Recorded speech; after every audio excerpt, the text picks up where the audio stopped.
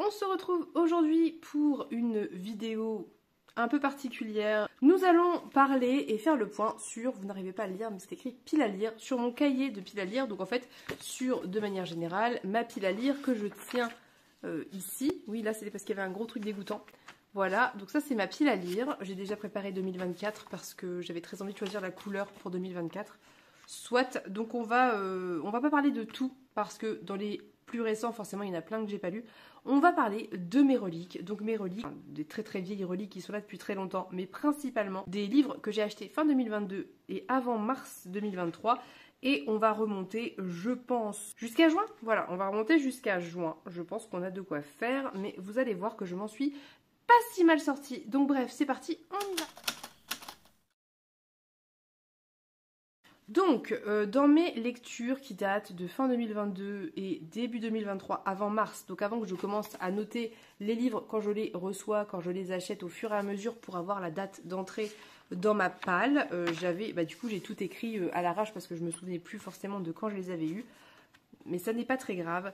J'ai un petit peu avancé en ce mois de décembre puisque j'ai lu Qui a peur de la mort, qui faisait partie de mes très vieilles reliques qui traînaient depuis bien trop longtemps.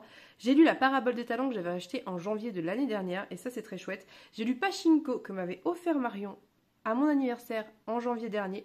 Donc déjà c'est très bien. J'ai aussi lu Déraciné qui datait du premier swap qu'on avait fait avec Pénélope en décembre il y a un an. Donc je suis assez contente parce que j'en ai sorti quand même, vous voyez, quelques-unes et ça c'est très très chouette.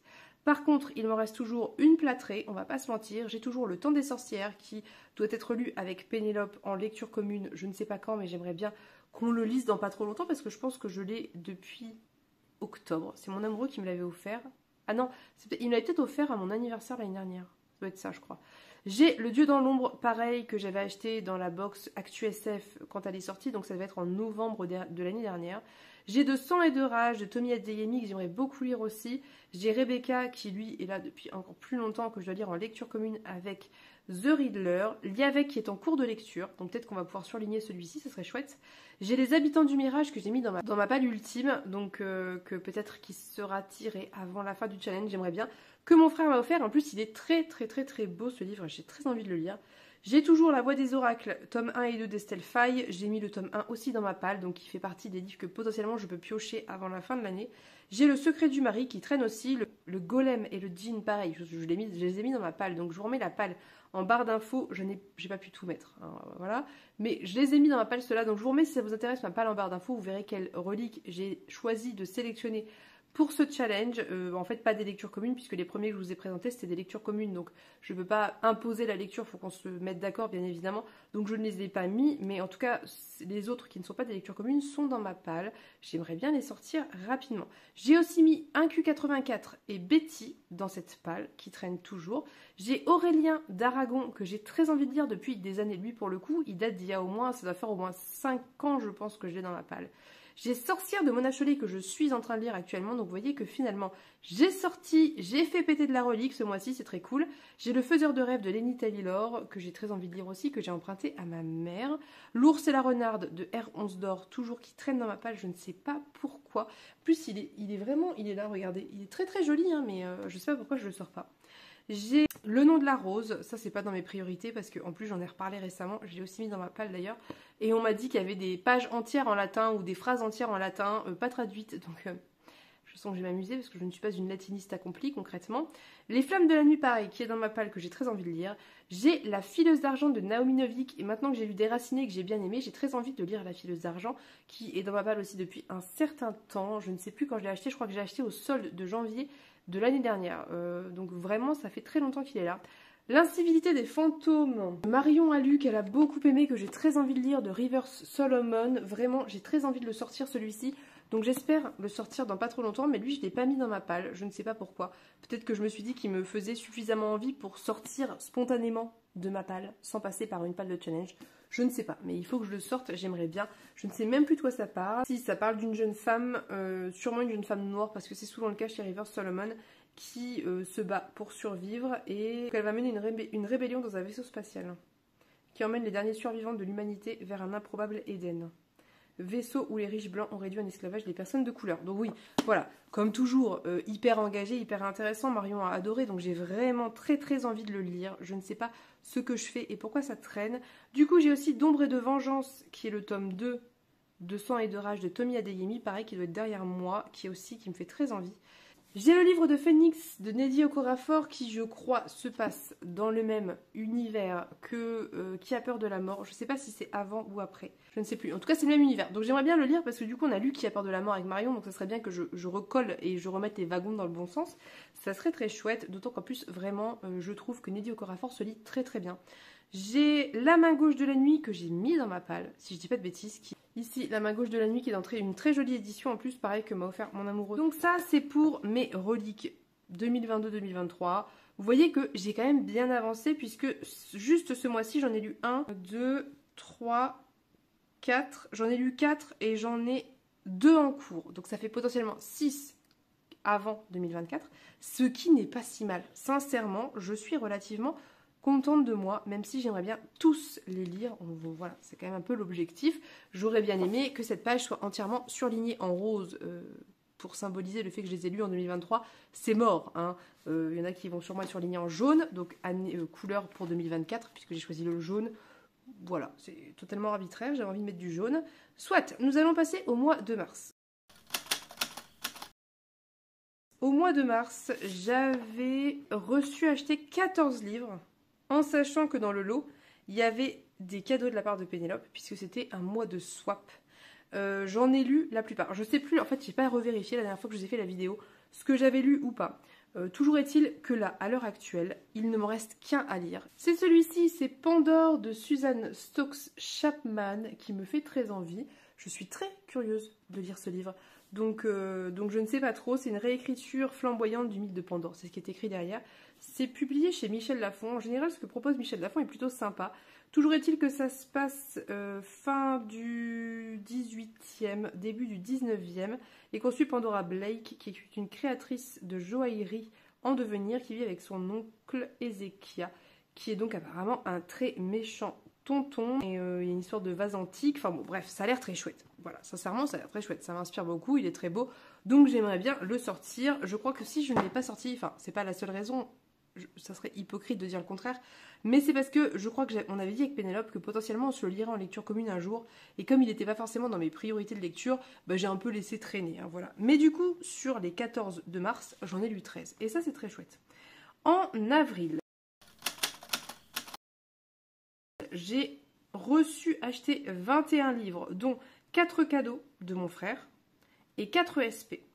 Et j'en ai plus qu'un seul à lire. Et ça, c'est pareil, c'est un livre qui traîne. Je ne sais pas pourquoi, parce que je l'ai mis dans 1000 pales, il me fait très envie. C'est Narcogénèse, toujours, le très très joli Narcogénèse d'Anne Fakouri, que mon frère m'a offert, qui fait partie des plus vieux cadeaux qui traînent dans ma palle que mon frère m'a offert. Et j'ai toujours autant envie de le lire, d'autant qu'à l'heure actuelle, je suis en train de lire 3 battements, un silence d'Anne Fakouri, que j'adore l'écriture de cette femme. Je veux découvrir Narcogénèse, je ne sais pas pourquoi, il traîne à chaque fois. C'est toujours lui qui passe à la trappe dans mes pales, etc., alors que j'ai très envie. Donc, objectif, début janvier, voilà, janvier 2024, Narcogénèse doit sortir de cette palle. Narcogénèse, en plus, c'est une espèce d'histoire un peu fantastique comme ça, où on suit, il me semble, des enfants qui s'endorment et ne se réveillent pas à cause d'une histoire de marchand de sable. Il a l'air très chouette, donc j'ai très envie de le lire. Soit, donc sinon en avril, j'ai tout lu, je suis très fière de moi, vous voyez que je m'en sors pas si mal. Et en mai, c'est là où ça commence un peu à pu être très, voilà. En mai, j'ai acheté 16 livres, dont 4 cadeaux, et j'ai reçu un SP. Voilà. Donc, sur ces 16 livres, je n'ai toujours pas lu 6 couronnes écarlates d'Elisabeth Lim. Je crois que le tome suivant sort très bientôt. Donc vraiment, il faut qu'on le lise avant la sortie du tome 2, parce que je veux savoir ce que ça vaut et si je prends la suite ou pas. Donc ça, c'est une lecture commune qu'on devait faire avec Juliette et Pénélope. Donc à voir, mais j'aimerais bien qu'on le sorte assez bientôt. Je vais en reparler à Pénélope. Je pense qu'elle est aussi, elle est chaude pour le lire parce que il nous fait, je pense, à toutes les deux très envie. Donc 6 couronnes écarlates, c'est une réécriture d'un mythe coréen, je crois, autour d'une belle-mère qui va transformer ses 7 beaux-fils en grues et sa belle-fille qui va lui interdire de parler parce qu'à chaque mot qu'elle prononcera, un de ses frères va mourir, quelque chose comme ça. Ça a l'air vraiment très très chouette, donc j'aimerais vraiment beaucoup le lire. Il est très très joli en plus. C'est sorti chez Rajo. Alors Rajo en général c'est plutôt chouette ce qu'il propose, donc je suis très curieuse. Donc on en reparle, j'espère très bientôt. J'ai également à lire La fille de la déesse de la lune. Pareil, qui est sorti en même temps que 6 couronnes écarlates, que j'ai acheté en même temps, mais que je n'ai toujours pas sorti. Je ne sais plus si je devais le lire en lecture commune avec quelqu'un pour le coup celui-ci, ou si c'est juste moi qui ai traîné. Toujours est-il que j'ai vu des retours assez mitigés sur ce livre, mais comme à chaque fois que je vois des retours mitigés sur un livre young adult avec a priori plutôt marketé romantasy, et bah du coup je me dis que je peux l'aimer tout simplement. Donc je crois que le tome 2 soit est sorti, soit va sortir, mais je crois qu'il est sorti, je crois même qu'il est orange. Je crois que c'est celui-ci qui vient de sortir et qui est orange flashy. Pareil, j'aimerais bien le lire pour savoir si je prends la suite ou si je revends ce livre. Donc voilà, je ne sais pas, je vais voir, je vous en reparlerai. C'est un tome 1. Je ne sais plus très bien de quoi ça parle. On parle d'une jeune femme qui est la fille de la gardienne de la lune, qui a volé un élixir mortel et qui a grandi dans la solitude et le secret, qui doit fuir la lune et sa mère, et qui promet qu'elle reviendra la sauver. Elle va rejoindre le royaume céleste où elle va rencontrer le fils de l'empereur. Bref, voilà, je ne sais pas. Je ne sais pas. Je suis curieuse, voilà, je suis très curieuse de lire. Je crois qu'avec Pénélope, on avait dit aussi qu'on le lirait ensemble, mais je suis plus sûre du... Ensuite, j'ai L'héritage du rail, je l'ai acheté en mai. Je l'ai acheté après avoir terminé le tome 1 en me disant que je voulais les enchaîner et je ne l'ai pas fait. Ce qui est dommage parce que je suis quelqu'un qui adore enchaîner, mais qui se retient souvent de le faire en se disant « Oh non, mais je vais aller trop vite, je vais regretter » et du coup ça traîne et c'est très dommage. J'ai adoré le tome 1, je crois qu'il y avait 5 tomes de prévus, je ne sais pas du tout si la suite sera publiée toujours chez Naos ou si l'autrice a repris ses droits et sera publiée ailleurs. En attendant, j'ai quand même le tome 1 dans ma palle depuis mai, le tome 2 dans ma palle depuis mai et le tome 3 que j'ai acheté assez récemment, que j'aimerais bien sortir. Je les trouve vraiment très très beaux et j'ai très envie de continuer. Donc ça fait quand même pour le moment 3 livres que je n'ai pas lus et il y en a un 4e. C'est Gods of Men de Barbara Kloss que m'a offert Marion en mai puisqu'elle avait envoyé un colis appel. Bon bref, c'est toute une histoire. Je vous remettrai ça. Je crois que j'ai une vidéo qui en parle en barre d'infos, mais soit, j'avais dû ouvrir ça en vidéo. Toujours est-il qu'elle m'a offert Gods of Men, que j'ai vu énormément de beaux retours sur ce livre et que je n'ai pas lu. Donc je crois que ça parle de magie interdite et que ceux qui sont dotés de pouvoir sont tués. Et ça parle de magie avec de la musique. C'était dur à dire. Donc c'est publié chez Refia, j'ai très envie de le lire, je suis très très curieuse. Je pense que ça peut très très bien se lire. Si c'est comme La voleuse des toits, ça peut très bien se lire, donc il n'y a pas de raison qu'il traîne dans ma palle. C'est juste que j'ai pas eu l'occasion, mais j'aimerais bien le sortir. On va passer à juin, et après tout ce qui est en juillet, en même temps vous voyez du coup je m'épargne un peu parce qu'à partir de juillet c'est là où vraiment ça part en cacahuète en termes de ratio livre reçu, acheté, livre lu. Soit en juin, il ne me reste que 2 livres à lire. Donc en juin, j'avais reçu acheter 10 livres en sachant que sur les 10 livres, il y avait 6 cadeaux. 6 cadeaux et pas de SP. Donc j'avais acheté 4 livres, ce qui était très raisonnable. Il y avait eu un swap avec Pénélope. Il m'en reste un à lire de ce swap. C'est les Grandes Oubliées de Titiou Lecoq, que j'aimerais bien aussi sortir dans pas trop longtemps. Mais comme tous, vous me direz, oui, comme tous, c'est une certitude, qui est un essai qui a l'air passionnant sur les femmes qui ont été un peu complètement effacées de l'histoire. Et j'ai Un bûcher sous la neige que m'a offert Cécilia et qu'on doit se lire en lecture commune. C'est pour ça que je ne l'ai pas lu, pas que, mais entre autres pour ça que je ne l'ai pas lu, puisqu'on avait dit qu'on se le ferait en janvier, d'ailleurs je pense janvier-février, en lecture commune aussi avec Pénélope, puisque je lui avais offert dans un swap précédent.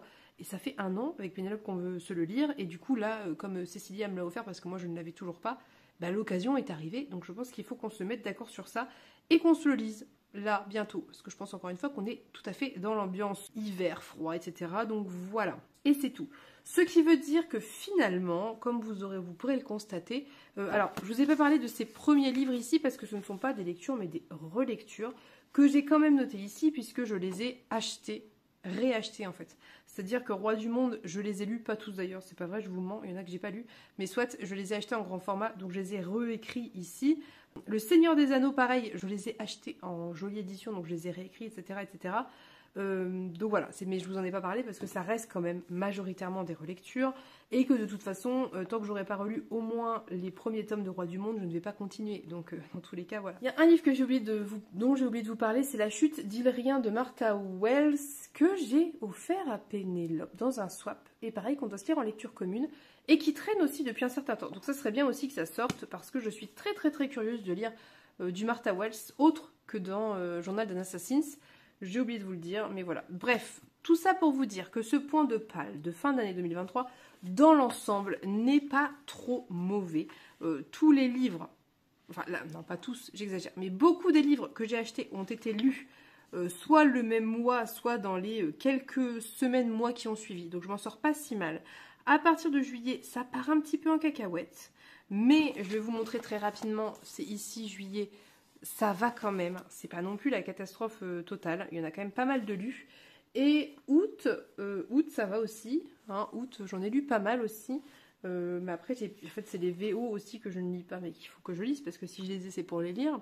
Mais bref, on en reparlera plus tard dans l'année, on fera un point je pense à mi-année 2024 pour voir où j'en suis dans mes reliques de pal. Celles de juillet ne sont pas encore officiellement dans mes reliques, donc je les laisse là pour le moment. Et enfin, septembre, septembre, je pense qu'on est à moitié-moitié, lu, pas lu. Octobre, on est à 1/3 de lu et 2/3 de pas lu. Novembre, les proportions s'inversent au fur et à mesure que le temps passe. Décembre, sur tout ce que j'ai eu en décembre, et j'en ai eu un paquet, j'ai pas compté, mais j'en ai vraiment eu un paquet. J'en ai lu 1, 2, 3, 4, 5, j'en ai lu 6. Voilà, bref, mais... ça ne fait pas partie de mes reliques, on en reparlera dans 6 mois, début juillet,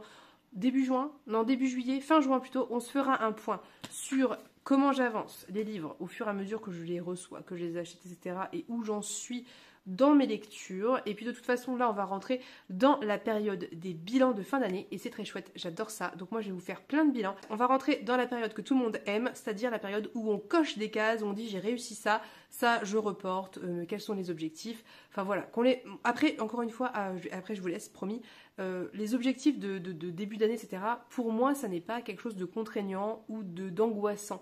Je me mets des objectifs, je les respecte pas, je m'en fous. Il n'y a pas mort d'homme. Il y en a, ça m'embête de ne pas les respecter parce que j'ai plus envie que d'autres. Mais je ne me mets pas la pression. La lecture, c'est du plaisir. Sincèrement, vraiment, et même en ayant une chaîne et en produisant du contenu régulièrement et tout, la lecture reste du plaisir avant tout. Donc il faut que ça reste ça. Et c'est ce que c'est. Pour moi, c'est du plaisir de faire ces listes, ces vidéos, ces bilans. Tout ça, le jour où ça deviendra une contrainte, j'arrêterai. Voilà. Sur ce, je vais vous laisser. Je vous souhaite encore une fois de très joyeuses fêtes si vous fêtez tout ce qui arrive, voilà, et qui est arrivé. Mais dans tous les cas, je vous souhaite de passer des moments très doux, des moments en compagnie de personnes, d'individus que vous aimez. Je vous fais de très très gros bisous et on se dit à bientôt pour une prochaine vidéo. Bye bye!